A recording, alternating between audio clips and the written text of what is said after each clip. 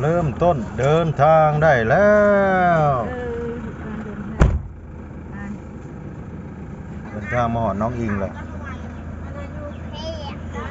176 หลัก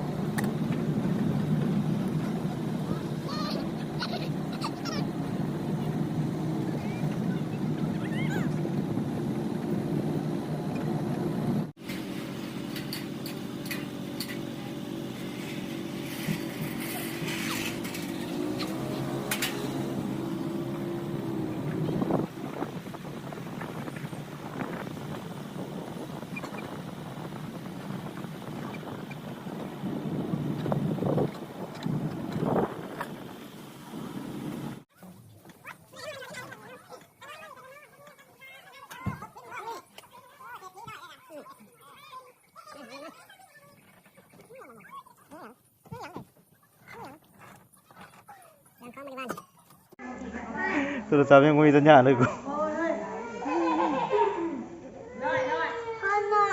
ให้ที่เบิ่งหัวไอ้พากันที่เลยน้ำเจ้าได้เหรอเอาน้ำเจ้าที่ให้น้องเอาเลยไปเอาน้ำเจ้าให้น้องก่อนคนหน่อยใส่น้องเอ็มก่อนเลยแล้ว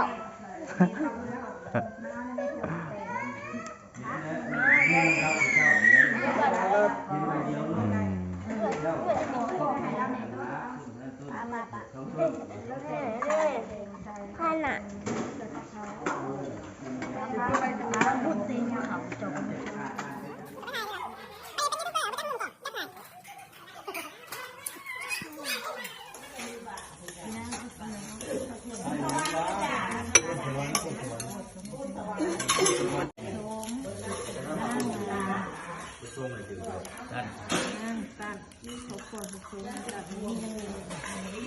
อันนี้เราเห็นอยู่แล้วเอ้าเจ้าว่าว่ามีนะ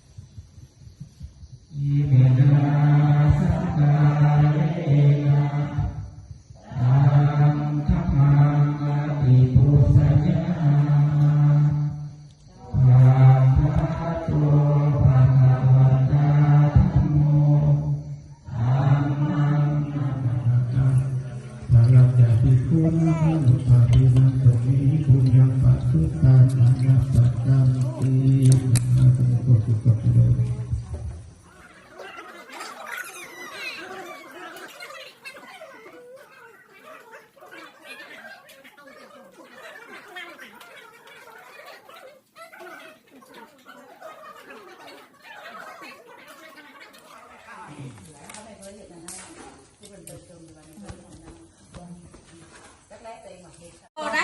พี่น้องเขาได้หวานนี่แต่เล็กมืออยากให้มัน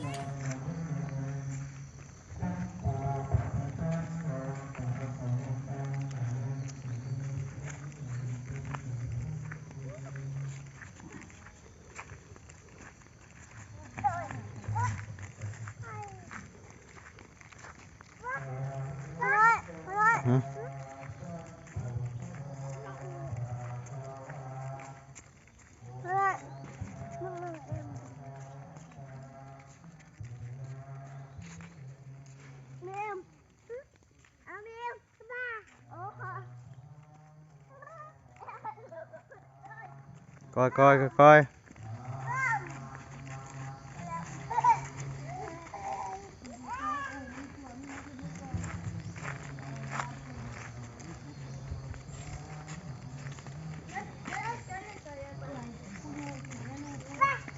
พุดไปอยู่หมูยังคุณลุงอยู่ขนาดบ่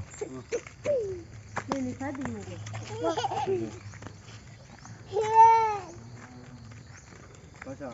แล้วก็ ฮะ ตักตักตักตักอะไร โอ้ยลงเนี่ยจะเสร็จเด้อเนาะ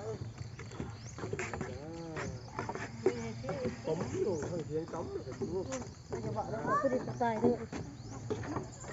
เป็นไงจังน่ะ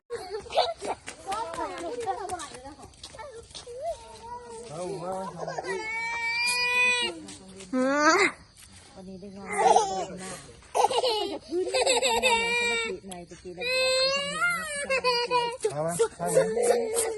แล้วก็ปลาขาวด้วย มันเลยรถ พี่เลยจอมันขาวขาวเลย เห็นเหรอเด็กน้อยโตนหน้าก็โลกขึ้นมาบาทหนึ่งเป็นคนก็โลกขึ้นมาบาทใหม่เป็นหัวโป๊กเป็นคน